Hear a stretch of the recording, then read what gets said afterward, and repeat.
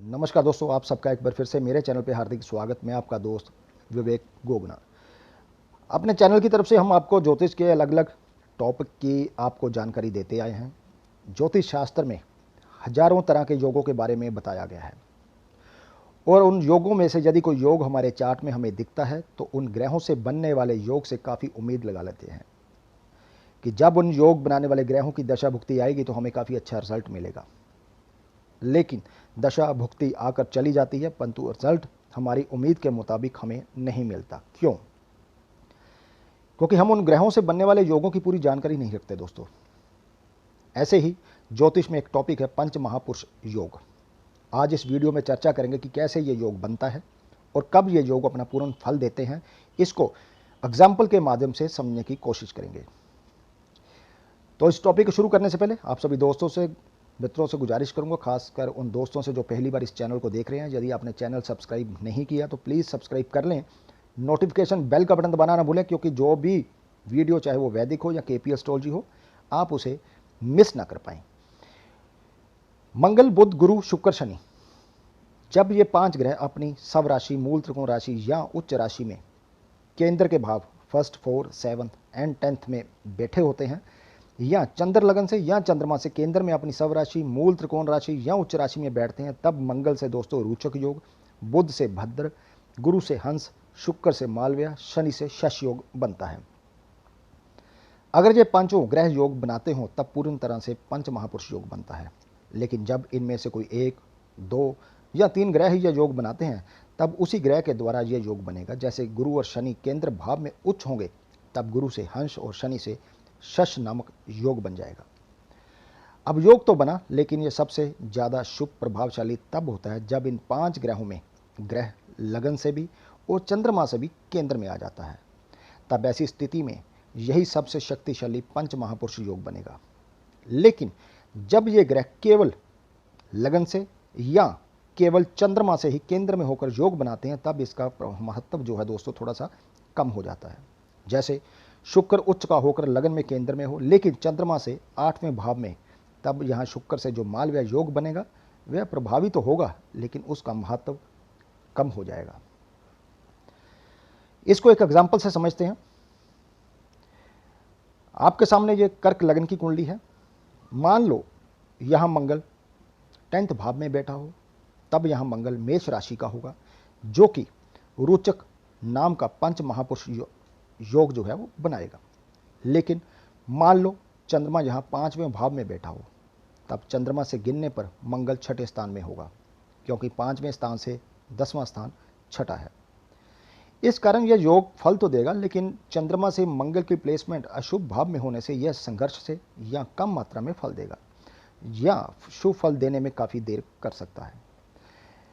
लेकिन माना चंद्र यहाँ लगन 4th, 7th या 10वें भाव में मंगल के ही साथ होगा, तब यह मंगल से बनने वाला रोचक योग बहुत ज़्यादा प्रभावशाली होगा, क्योंकि ऐसी स्थिति में मंगल लगन और चंद्रमा दोनों से केंद्र में है।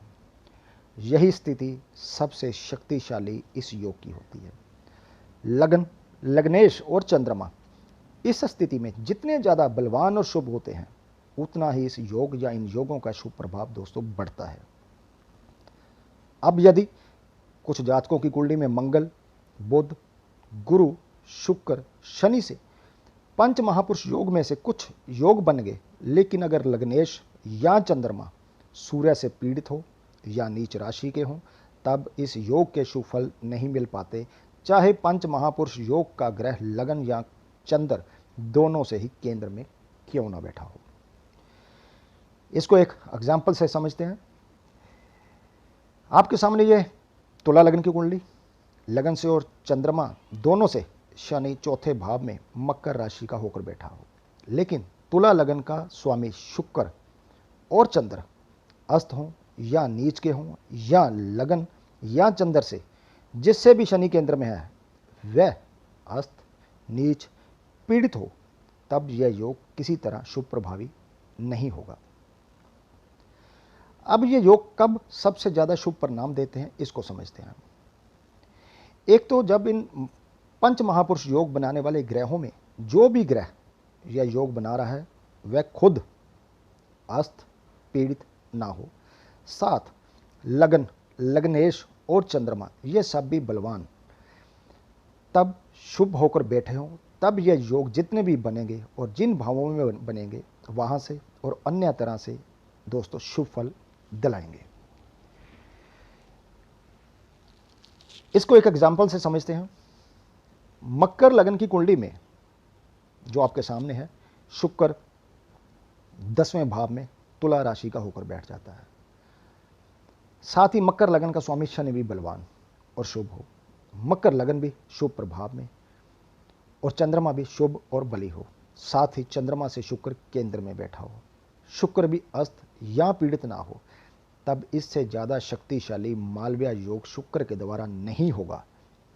ये योग बनेगा अगर शुक्र की महादशा अंतरदशा आ जाए तो उस दौरान जीवन में ऊंचाइयों, नाम, प्रसिद्धि, धन, दौलत आदि एक शानदार जीवन ऐसे शुक्र से बनने वाले मालव्य योग की दशा में जातक को मिलेंगे।